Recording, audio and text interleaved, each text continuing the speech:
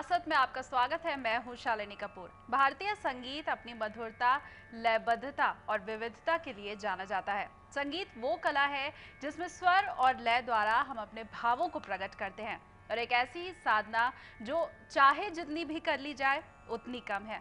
ऐसे ही साधक से आज हम आपको मिलवाएंगे जिन्हें संगीत मिला विरासत में।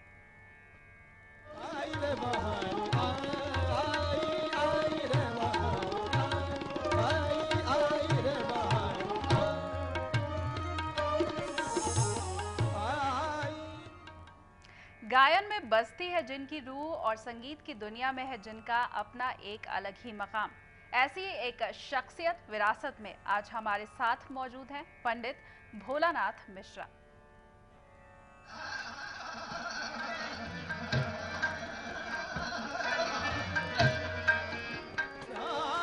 मौसीकी की दुनिया का एक रोशन सितारा,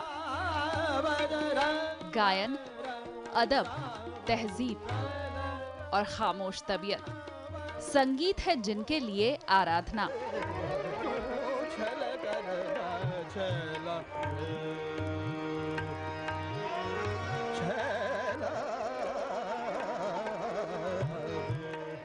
हम बात कर रहे हैं पंडित भोलानाथ मिश्रा की।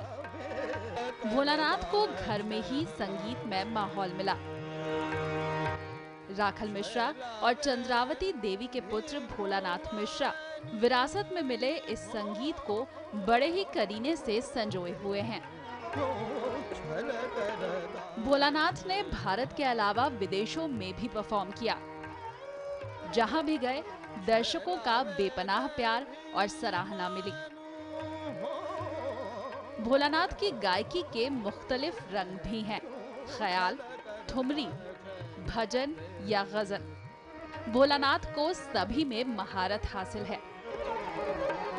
ऑल इंडिया रेडियो और दूरदर्शन का जाना माना नाम भोलानाथ मिश्रा का संगीत का सफर यूं ही आगे बढ़ता रहे, यही हमारी कामना है।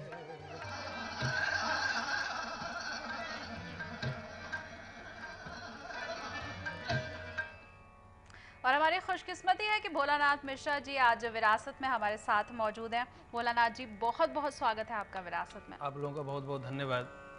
सबसे पहले तो शाम का वक्त है, दर्शकों के लिए एक कुछ छोटा सा राग जो आपको बहुत पसंद हो या आप अक्सर गुनगुनाते हो। एक राग सुना रहा हूँ, उस राग का नाम है मुल्तानी। शाम का राग है और जो बंदिश है वो हमारे बनारस घराने की बहुत ही पॉपुलर बंदिश है। तो राग मुल्तानी में मैं द्रुत एक ताल की रचना सुना रहा हूँ आपको।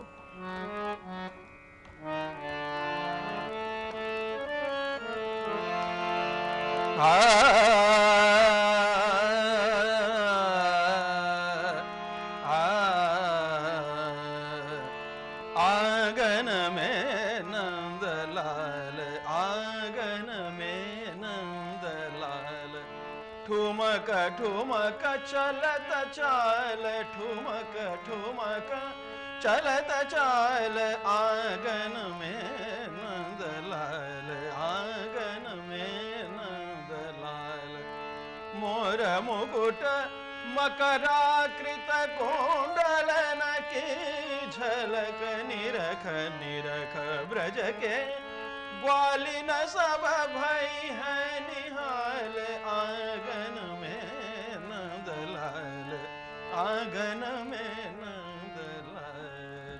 ये मुल्तानी राग इस समय का राग है, काफी लोग गाते हैं इस समय जी। बनारस घराने से आप ताल्लुक़ रखते हैं। अभी आपने कहा बहुत ही फेमस पॉपुलर राग है ये। बनारस घराने की अगर बात की जाए, किस तरह से ये दूसरे घरानों से अलग है? बनारस घराने में एक अपनी एक खासियत है। जैसे शब्दों का, साहित्य का जो प्रयोग है, हम लोग बड़े ही उसको एक भावुक तरीके से उसमें भाव है। चूंकि बनारस घराने में ठुमरी दादरा बहुत मशहूर है, तो हम लोग जब उसको गाते हैं, चाहे सरगम हो, चाहे तान हो, चाहे बंदिशों का कहना है, उसको इस तरह से कहते हैं कि लोगों के दिलों को उसको छुए, दिलों को छूना चाहिए। तो उसमें एक इमोशनल सा होता है और उसको कहने का ही ढंग बिल्कुल एक अलग सा होगा।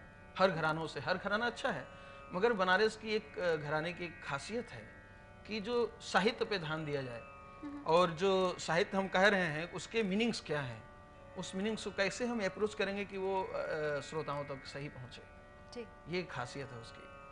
तो दर्शकों को भी बता दूं, अगर आप बात करना चाहते हैं भोलानाथ मिश्रा जी से, कोई सवाल पूछना चाहते हैं, तो आपकी टीवी स्क्रीन पर लगातार हमारे नंबर फ्लैश हो रहे हैं और नंबर्स पे कॉल कीजिए और भोलानाथ मिश्रा जी से खुद बात कीजिए। बनारस घराने से जुड़ाव आपका कैसे हुआ भोलानाथ जी? देखिए ऐसा है कि शालिनी जी कि हम लोग जो मेरे फादर थे, उन्होंने सितारा देवी जी के फादर से सीखा। और मैं भी जब जन्मा तो मेरा म्यूजिक में ही जन्म हुआ। हम 6 भाई हैं, सब म्यूजिक में हैं। और हमारा एक गांव है आजमगढ़ का, एक हरिहरपुर गांव है, जो ये मिस्र परिवार है, सिर्फ म्यूजिक के लिए ही करते हैं।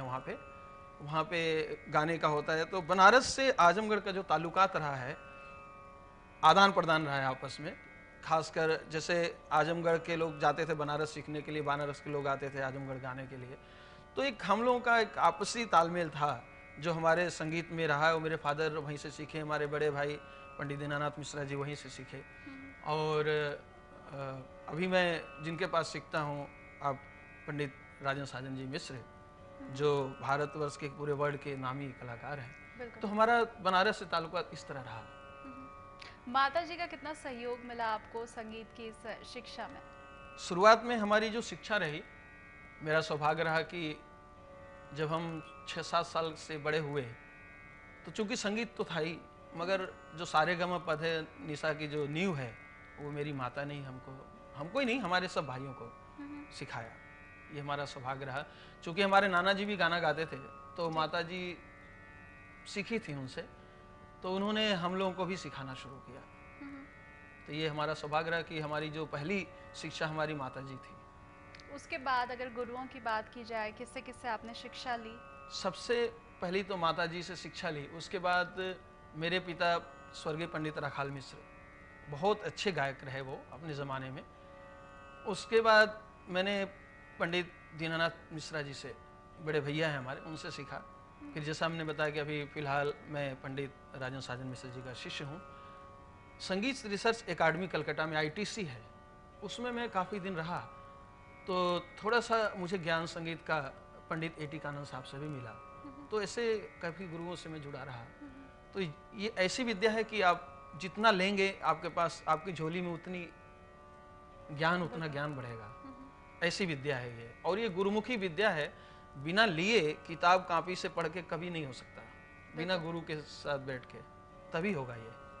जो शास्त्रीय संगीत है भारत का, उसकी वैसे भी यही खासियत है कि यहाँ गुरु शिष्य परंपरा शुरू से ही निभाते चले आए हैं लोग, और आज तक ये चल रही है। इतने अच्छे लोगों का संसाथ मिला और इतने बड़े गुरु लोगों का आशीर्वाद मिला आपको। अभी तक के अपने संगीत को, सफर को अगर आज याद करना चाहें, किसी तरह अगर बयां करना चाहे, तो कैसे करेंगे?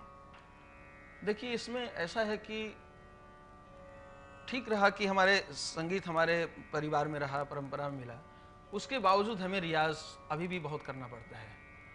स्ट्रगल लाइफ बहुत रहती है, इसमें बहुत रियाज करना पड़ता है, बहुत सीखना पड़ेगा आपको। उसके बाद आगे की ये है कि फिर उसके बाद आपका गाना बजाना अच्छा रहेगा तो लोग आपको ज़रूर याद करेंगे। तो इस तरह सफ़र धीरे धीरे चला। और ये विद्या ऐसी है कि जहाँ तक मेरी सोच है कि जब तक मैं समझने के काबिल होऊंगा, तब तक मेरी उम्र काफ़ी ज़्यादा हो चुकी होगी। और शायद इस जन्म में मैं सोचता हूँ नहीं हो पाएगा। मैं सबसे यही कहता हूँ कि इस जन्म में नहीं कर पाऊँगा, क्योंकि लोगों को जब सुनता हूँ और उसको जब सोचता हूँ कि कितनी कठिन चीज़ है ये, इसमें कितना रियाज चाहिए, कितनी सोच चाहिए। और आज के जीवन में इतनी भाग दौड़ी है। पहले का ये ज़माना था कि रोज़ लोग महाराजाओं के दरबार में रहते थे, कोई चिंता नहीं थी। आज तो वो है नहीं ना। आज तो आपको दौड़ना पड़ेगा, सीखना ही पड़ेगा, रियाज भी करना पड़ेगा, लोगों से जाके बोलना पड़ेगा कि आप मेरे गाने को सुनिए।